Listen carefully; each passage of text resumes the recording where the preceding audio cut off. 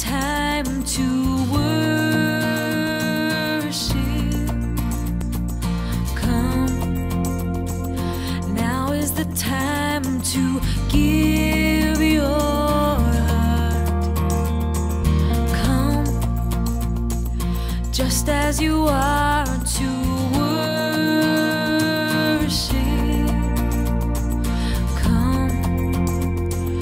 just as you are before your God. Come. One day every tongue will confess you are God. One day every knee will bow. Still the greatest treasure remains for those who gladly choose you now.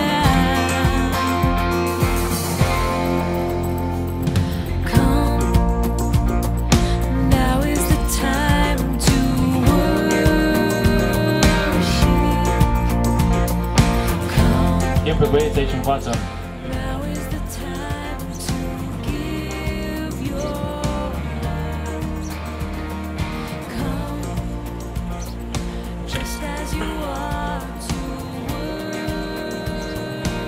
Știu că e foarte atipic ce se întâmplă aici față de cei într-o biserică evanghelică. Știu că e foarte non-conformist față de ce ați fost obișnuiți să vedeți în biserici. Dar ne bucurăm de evenimentul ăsta, ne bucurăm că îl avem chiar în formatul acesta. Vreau să întreb acum la microfon să audă amplificat cu tot echipamentul ăsta care îl avem aici. Înainte să mergem acolo în apă, vreau să întreb, să auziți cu voce tare, să auziți mărturia lor, dacă sunt oamenii care cred că Iisus Hristos a murit pentru păcatul lor, dacă ei sunt oamenii care cred că Domnul Hristos este stăpânul lor personal începând de astăzi, și dacă sunt gata să-L urmeze pe Hristos până la moarte. Până la moarte. Nu până când vor da de greu, nu până când se vor simți iubiți de o biserică, ci până la moarte. Aș vrea să-L întreb pe Matei lucrul acesta.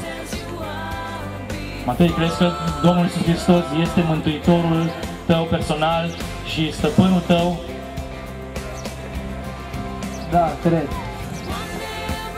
Florin, crezi că Iisus Hristos este Mântuitorul tău care și-a dat viața pentru tine la cruce acum 2000 de ani și stăpânul tău? Da, cred.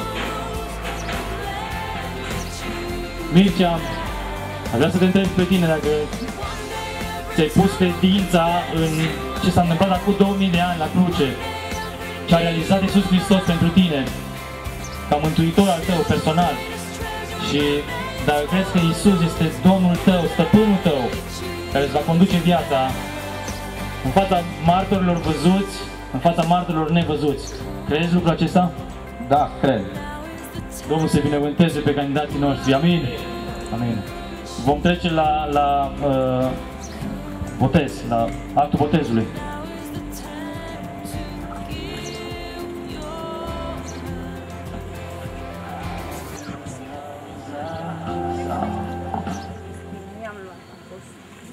Există un procentaj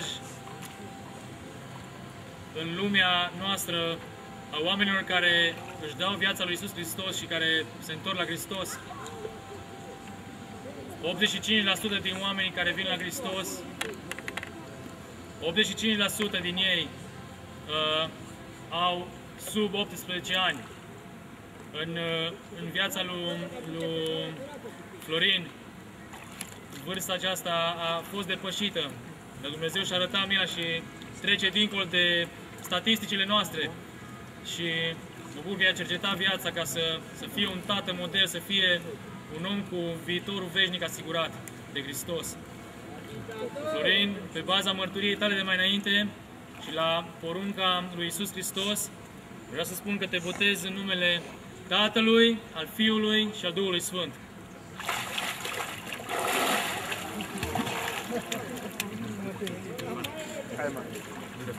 Aleluia!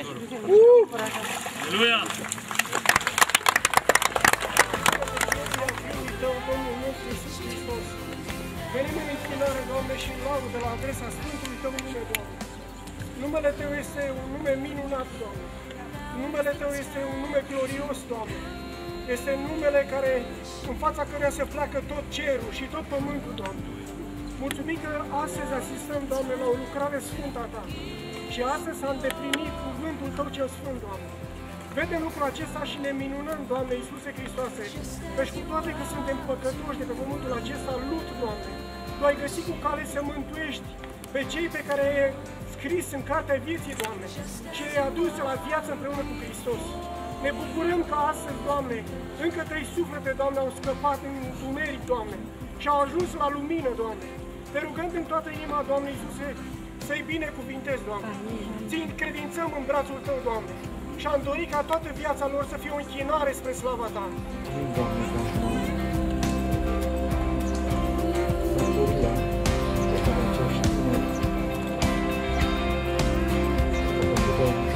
după masa aceasta. Mulțumim, Doamne, pentru că ai schimbat viața, le-ai dăruit credință, te-ai născut din nou. Mulțumim pentru că i-ai primit în marea Ta familie, împărăția Ta. Mulțumim, Doamne, pentru Florin, pentru Mircea, pentru Matei. Mulțumim, Doamne, pentru că ești Mântuitorul lor. Dear Heavenly Father, thank you for Mircea and Florin and Matei. Doamne Tată Ceresc, mulțumim pentru Mircea, Matei, Florin. Thank you for their decision for you today. Mulțumim pentru decizia lor de astăzi. And I pray that you would bear much fruit Mă rog să aduci mult rod prin ei, through their dedication to prin you, dedicarea lor față de Tine, through the relationships that they form with others, prin relațiile care le vor avea cu alții and for the leadership they provide in the future for the church. și prin conducerea pe care o vor reprezenta în biserică în viitor. Thank you for your Son Jesus who died for all of us. Mulțumim pentru Fiul Tău Hristos care a murit pentru noi toți And I thank you for the new life that you provided for my brothers. și mulțumim pentru noua viață care o aduci în frații noștri. Watch over them, protect them, bless them, Mă rog să veghezi asupra lor, să îi binecuvântezi, să-i protejezi and give them courage to lead others to the water. și să le dai curaj să-i conducă pe alții la această apă. Thank you for your grace and mercy. I love you. Mulțumim pentru harul Tău, pentru mila Ta, Te iubim, Doamne.